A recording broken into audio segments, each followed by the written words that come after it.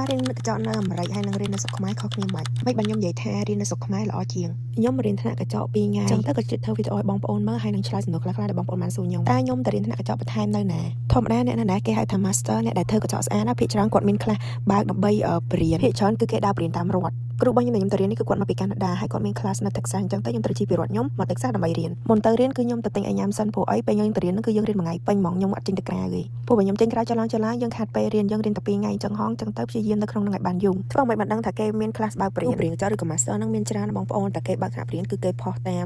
social media ជាពិសេស Instagram ហើយយើងចង់រៀនជាមួយគ្រូមួយណាយើងអាច sign in ជាមួយគាត់ទៅប៉ុន្តែគាត់ខ្ញុំប្រាប់រឿងមួយថាមិនមែនអ្នកធ្វើកញ្ចក់ស្អាតទាំងអស់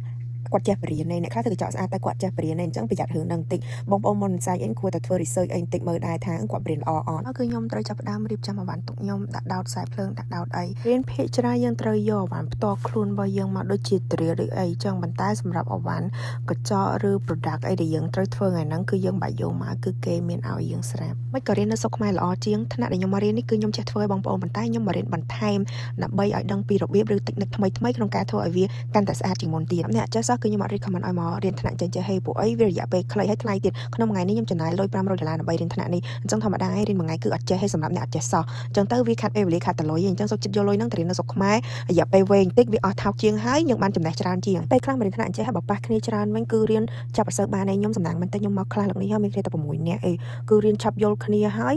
គ្រូរៀងដិតដល់ជាមួយយើងមករៀនចេះភាគច្រើនគឺយើងត្រូវធ្វើលើដៃខ្លួនឯងហើយឥឡូវហ្នឹងខ្ញុំកំពុងតែធ្វើ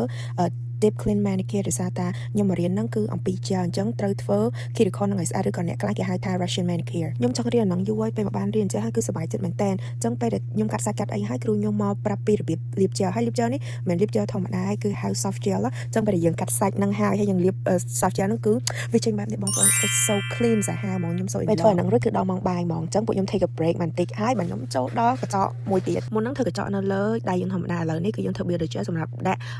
លើកញ្ចក់តស្រឡាញ់គ្រូខ្ញុំមកខ្ញុំរៀនជាមួយគាត់2ដងហើយណាតែនឹងទៀតហើយtechniqueគាត់គឺធ្វើបរៀនយើងឲ្យយើងធ្វើកញ្ចក់លឿនហើយស្អាតហើយអត់យើងអត់សូវទ្រាច្រើនគាត់ឲ្យខ្ញុំ practice នៅលើកញ្ចក់ជ័រធម្មតាសិនហើយមិនគាត់ឲ្យខ្ញុំហ្នឹងមកធ្វើលើដៃខ្លួនឯងហើយនេះគឺជាលទ្ធផលពេលខ្ញុំធ្វើនៅលើដៃខ្លួនឯងគឺខ្ញុំស្រឡាញ់មែនតើគឺវាចេញមក natural ហើយវាស្ដើងមកទៅឃើញស្អាតហ្មងហើយគឺខ្ញុំទៅរៀលតិចមែនតើសឹងតែបាន 10% ផង